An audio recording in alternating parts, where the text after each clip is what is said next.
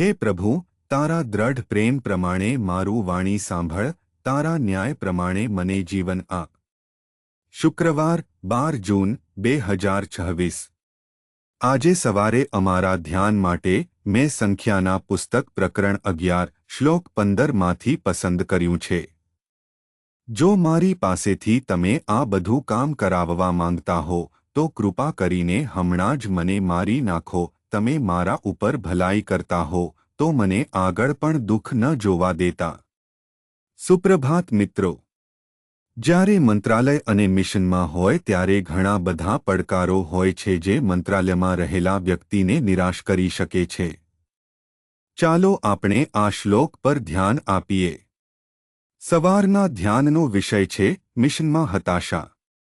ઇઝરાયેલના લોકોને ઇજિપ્તમાં ફારૂનની ગુલામીમાંથી દોરી જવા માટે ઇઝરાયેલના લોકોને કનાન નામના વચન આપેલા દેશમાં લઈ જવા માટે પ્રભુ દ્વારા પોતે જ મૂસાની પસંદગી કરવામાં આવી હતી. પરંતુ પછી મૂસા જ્યારે ફારૂન પાસે ગયો ત્યારે તેણે પડકારો સાથે શરૂઆત કરી. ફારૂન તેના લોકોને જવા દેતો ન હતો, પરંતુ પછી ભગવાને 10 પ્લેગ મોકલ્યા અને મૂસા ઇઝરાયેલના લોકોને રણમાંથી મુક્ત કરવા તરફ દોરી શકે છે. પરંતુ પછી તેઓ 40 વર્ષ સુધી રણમાં હતા, તેથી મૂસાએ ઘણા પડકારોમાંથી પસાર થવું પડ્યું. તેઓ કેટલીક વસ્તુઓ ખાવાની ઝંખના કરશે. પાણી ન હોવાને કારણે તેઓ બળડતા હતા.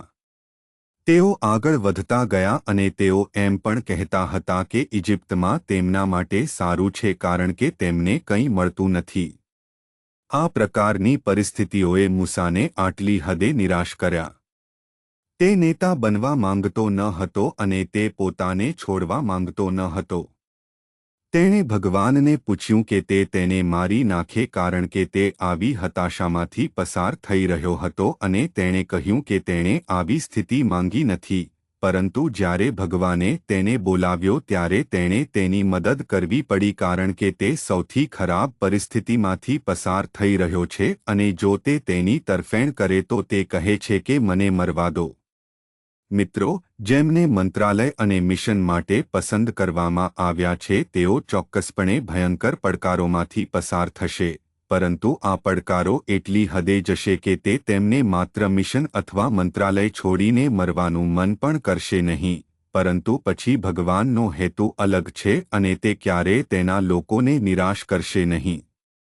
તે ચોક્કસપણે તેમને મજબૂત બનાવશે જેમ તેણે મિશન પૂર્ણ કરવા માટે મૂસાને કર્યું હતું. પ્રાર્થના. કૃપાળુ ભગવાન, અમારા સ્વર્ગીય પિતા, અમને મદદ કરો, પ્રભુ, જ્યારે તમે અમારા જીવનમાં તમારા મિશનને પૂર્ણ કરવા માટે અમને બોલાવ્યા છે. ખ્રિસ્તના નામે અમે પ્રાર્થના કરીએ છીએ. આમીન.